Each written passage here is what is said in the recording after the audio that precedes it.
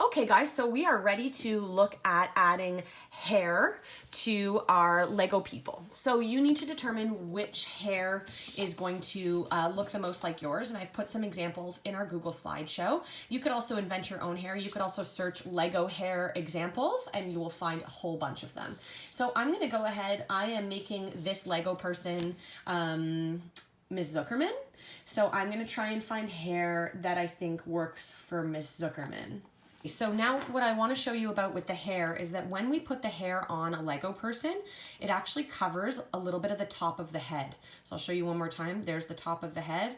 And then when we put the hair on, it almost goes straight down to the eyebrows. So the hair that we draw on our Lego character here is going to go down a little bit further, and it's going to block some of the top of the head, and that's normal, okay? So I'm going to go ahead right now and I'm going to draw this Lego character as Ms. Zuckerman. So she usually has her hair in a bun. I didn't really leave very much room for a bun at the top. Okay, today she's gonna have her hair down. Okay, so I'm gonna cover a little bit of the forehead off to the side there, and I'm looking at an image on my computer right now to help me. And the hair, as you can see from this Lego character, does also kind of make the head a little bigger. So I'm going to make sure that my hair goes above the head as well. So there's the curls, and they come down the side, and here's the curls on the other side. Okay, now of course I'm going to have to erase the top edge of the head because the hair would be covering it. While I'm at it, I'm also going to try and erase the grid line down the middle. Now remember, I drew my grid lines a little harder than hopefully you have. So they're a little more still visible, and so is the edge of my person, but that's okay because I'm going to add color later anyway. Okay, so now I want to add some texture to the hair. So I'm just going to add some little squiggle lines to show that this is curly hair. Okay.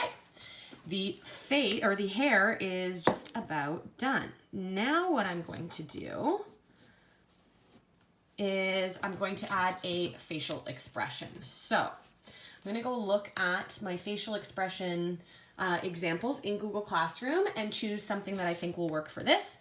And then I'm just going to go ahead and do my best. It's not going to be a perfect face, and that's okay. Maybe the grid line in the middle is good to keep because you can figure out if the eyes are in even spots. So I'm going to go ahead and I'm going to draw a face. Now you'll notice Lego characters never have noses, which is kind of funny. If you want, you can add a nose to your character, but it won't look as much like a Lego character if it has a nose because none of them ever have noses. Okay, and no Ms. Zuckerman would be complete without hoop earrings, so we are going to go ahead and add in some hoop earrings. Even though Lego characters don't have ears, I'm just going to invent where they would be. Okay, there's my Ms. Zuckerman face ready to go. Of course, it will look a little better when I add color to it. Okay, the next thing I want to do, there's some texture lines there for the back of the hair. Okay, the next thing I want to do is I want to add clothing.